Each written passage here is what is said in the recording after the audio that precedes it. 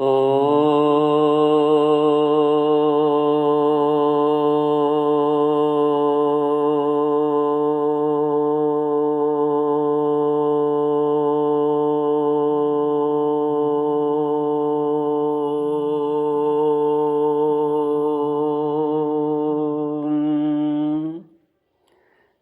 गुरुचरण कमलेभ्यो नमः। श्री गणेशाय नमः। श्री सरस्वत्यै नमः। श्री विष्णवे नमः। श्री कृष्ण गोविंद हरे मुरारे, हे नाथ नारायण वासुदेव। श्री कृष्ण गोविंद हरे मुरारे, हे नाथ नारायण वासुदेव। ओम नमो भगवते वासुदेवाय। ओम नमो भगवते वासुदेवाय। कृष्णाय वासुदेवाय हरये परमात्मने प्रणतः क्लेशनाशाय गोविंदाय नमो नमः। सच्चिदानंदरूपाय विश्वोत्पत्त्यादिहेतुवे तापत्रयविनाशाय श्रीकृष्णाय वयं नमः। श्रीकृष्णाय वयं नमः। सच्चित आनंद स्वरूप परमात्मा जो सृष्टि के उत्पत्ति, पालन और श्रृंगार करता है तथा जीवों के आध्यात्मिक, आदि दैविक, आदि भौतिक तापों को नष्ट करने वाले हैं, अर्थात जीवों के मानसिक, शारीरिक और भौतिक दुखों को दूर करने वाले हैं, उन श्री कृष्ण भगवान को हम नमस्कार करते हैं। श्री कृष्ण गोविंद हरे मुरारे, हे नाथ नारायण वासुदेव। ओम नमो भगवते वासुदेवाय। ओम नमो भगवते वासुदेवाय। श्रीमद्भागवत महात्म्य चतुर्थ अध्याय श्लोक 42 से श्लोक 41 से।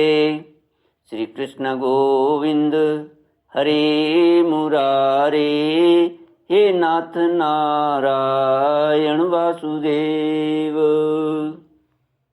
कुमारा ऊचुः तस्याग्रहं समालोक्य फलमेकं स दत्तवान्। इदं भक्षय पत्न्या त्वं तथा पुत्रो भविष्यति।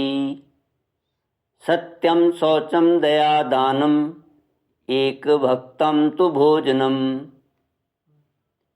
वर्षाविधि स्त्रिया कार्यं तेन पुत्रोति निर्मलः। सनकादि कहते हैं, नारद जी, जब महात्मा ने देखा कि ब्राह्मण आत्मदेव किसी प्रकार अपना आग्रह नहीं छोड़ता, तब यति ने, उन सन्यासी ने उन्हें एक फल देकर कहा, इसे तुम अपनी पत्नी को खिला देना, इससे उसके एक पुत्र होगा।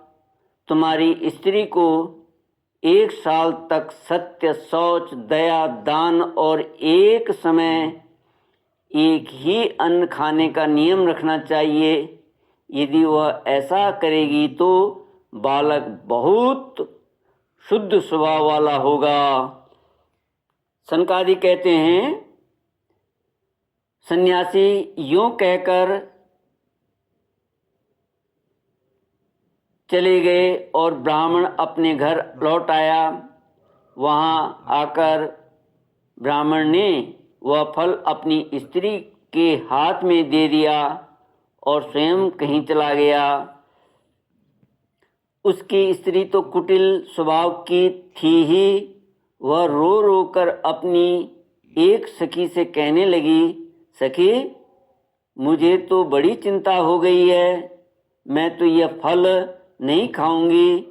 फल खाने से गर्व रहेगा और गर्व से पेट बढ़ जाएगा, फिर कुछ खाया पिया जाएगा नहीं, इससे मेरी शक्ति क्षीण हो जाएगी। तब बता घर का धंधा कैसे होगा। और दैववश यदि कहीं गांव में डाकुओं का आक्रमण हो गया तो गर्भिणी स्त्री कैसे भागेगी। यदि सुखदेव जी की तरह यह गर्भी पेट में ही रह गया तो इसे बाहर कैसे निकाला जाएगा। और कहीं प्रसव काल के समय वह टेढ़ा हो गया तो फिर प्राणों से भी हाथ धोना पड़ेगा। यूं भी प्रसव के समय बड़ी भयंकर पीड़ा होती है। मैं सुकुमारी भला यह सब कैसे सह सकूंगी। मैं जब दुर्बल पड़ जाऊंगी तब ननद रानी आकर घर का सारा माल मत्ता समेट ले जाएगी और मुझसे तो सत्य शौच आदि नियमों का पालन होगा भी कठिन ही जान पड़ता। नियमों का पालन होना भी कठिन ही जान पड़ता है। जो स्त्री बच्चा जनती है उसे उस बच्चे के लालन पालन में भी बड़ा कष्ट होता है। मेरे विचार से तो बंध्या या विधवा स्त्रियां ही सुखी हैं।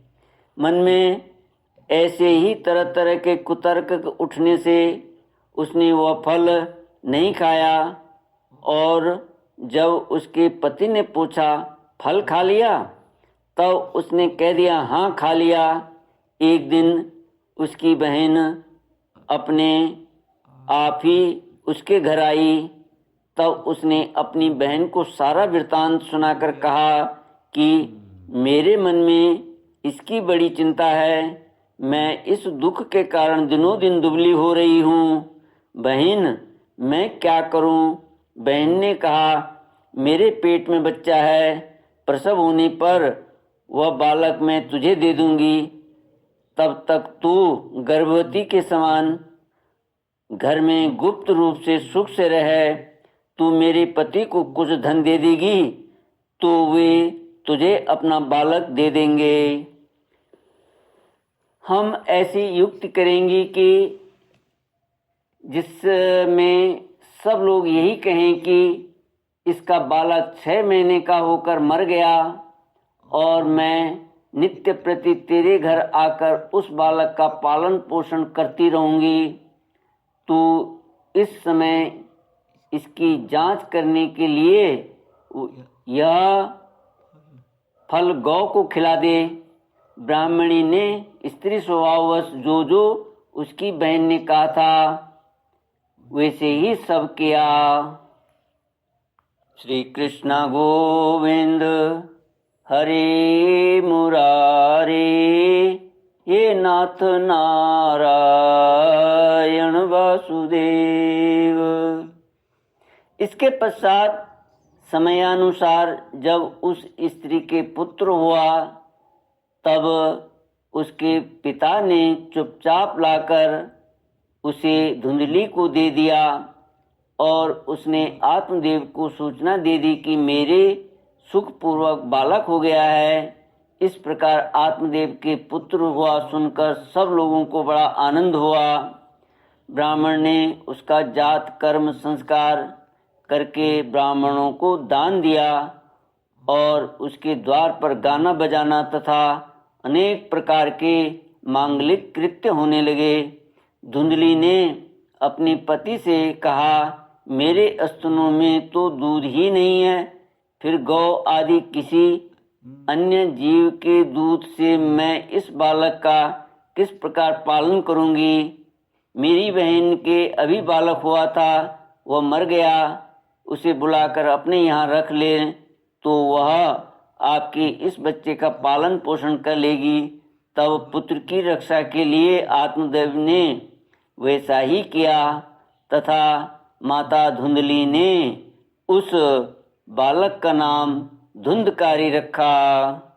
इसके बाद 3 महीने बीतने पर उस गौ के भी एक मनुष्याकार बच्चा हुआ। वह सर्वांग सुंदर, दिव्य, निर्मल तथा सुवर्ण की सी कांति वाला था। उसे देखकर ब्राह्मण देवता को बड़ा आनंद हुआ और उसने स्वयं ही उसके सब संस्कार किए। इस समाचार से और सब लोगों को भी बड़ा आश्चर्य हुआ और वे बालक को देखने के लिए आए तथा आपस में कहने लगे, देखो भाई, अब आत्मदेव का कैसा भाग्य उदय हुआ है। कैसे आश्चर्य की बात है कि गौ के भी ऐसा दिव्य रूप बालक उत्पन्न हुआ है। दैव योग से इस गुप्त रहस्य का किसी को भी पता न लगा। आत्मदेव ने उस बालक के गौ के से कान देखकर उसका नाम गोकर्ण रखा। कुछ काल बीतने पर वे दोनों बालक जवान हो गए। उनमें गोकर्ण तो बड़ा पंडित और ज्ञानी हुआ, किंतु धुंधकारी बड़ा ही दुष्ट निकला।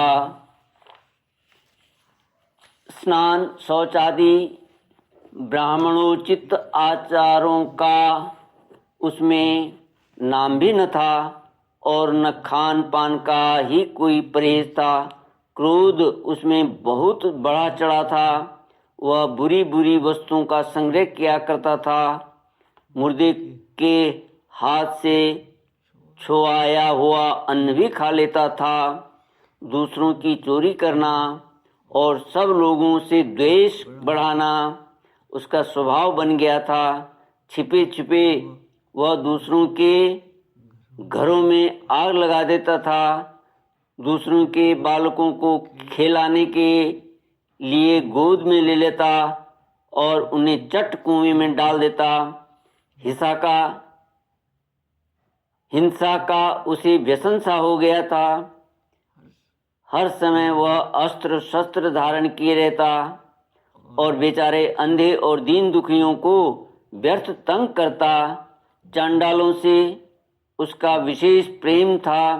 बस हाथ में फंदा लिए कुत्तों की टोली के साथ शिकार की टोह में घूमता रहता। वेश्याओं के जाल में फंसकर उसने अपने पिता की सारी संपत्ति नष्ट कर दी। एक दिन माता पिता को मार पीट कर घर के सब बर्तन भांडे उठा ले गया। इस प्रकार जब सारी संपत्ति स्वाहा हो गई तब उसका कृपण पिता फूट फूट कर रोने लगा और बोला, इससे तो इसकी माँ का बांझ रहना ही अच्छा था। कुपुत्र तो बड़ा ही दुखदाई होता है। अब मैं कहाँ रहूं, कहाँ जाऊं, मेरे इस संकट को कौन काटेगा। हाय, मेरे ऊपर तो बड़ी विपत्ति आ पड़ी है। इस दुख के कारण अवश्य ही मुझे एक दिन प्राण छोड़ने पड़ेंगे। उसी समय परम ज्ञानी गोकर्ण जी वहाँ आए और उन्होंने पिता को वैराग्य का उपदेश करते हुए बहुत समझाया। वे बोले, पिताजी, यह संसार असार है। यह अत्यंत दुख रूप और मोह में डालने वाला है। पुत्र किसका, धन किसका, स्नेहवान पुरुष रात दिन दीपक के समान जलता रहता है। सुख न तो इंद्र को है और न चक्रवर्ती राजा को ही। सुख है तो केवल विरक्त एकांत जीवी मुनि को। यह मेरा पुत्र है, इस अज्ञान को छोड़ दीजिए। मोह से नरक की प्राप्ति होती है। यह शरीर तो नष्ट होगा ही, इसलिए सब कुछ छोड़कर वन में चले जाइए। गोकर्ण के वचन सुनकर आत्मदेव वन में जाने के लिए तैयार हो गया और उनसे कहने लगा, बेटा, वन में रहकर मुझे क्या करना चाहिए, यह मुझसे विस्तार पूर्वक कहो। मैं बड़ा मूर्ख हूँ। अब तक कर्मवश स्नेह पास में बंधा हुआ अपंग की भांति इस घर रूप अंधेरे कुएं में ही पड़ा रहा हूँ। तुम बड़े दयालु हो, इससे मेरा उद्धार करो। गोकर्ण ने कहा, पिताजी, यह शरीर हड्डी, मांस और रुधिर का पिंड है। इसे आप मैं मानना छोड़ दे और स्त्री, पुत्र आदि को अपना कभी न माने। इस संसार को रात दिन क्षण भंगुर देखें। इसकी किसी भी वस्तु को अस्थायी समझकर उसमें राग न करे। बस एकमात्र वैराग्य रस के रसिक होकर भगवान की भक्ति में लगे रहें। भगवत भजन ही सबसे बड़ा धर्म है। निरंतर उसी का आश्रय लिए रहें। अन्य सब प्रकार के लौकिक धर्मों से मुख मोड़ लें। सदा साधुजनों की सेवा करें। भोगों की लालसा को पास न फटकने दें तथा जल्दी से जल्दी दूसरों के गुण दोषों का विचार करना छोड़कर एकमात्र भगवत सेवा और भगवान की कथाओं के रस का ही पान करें।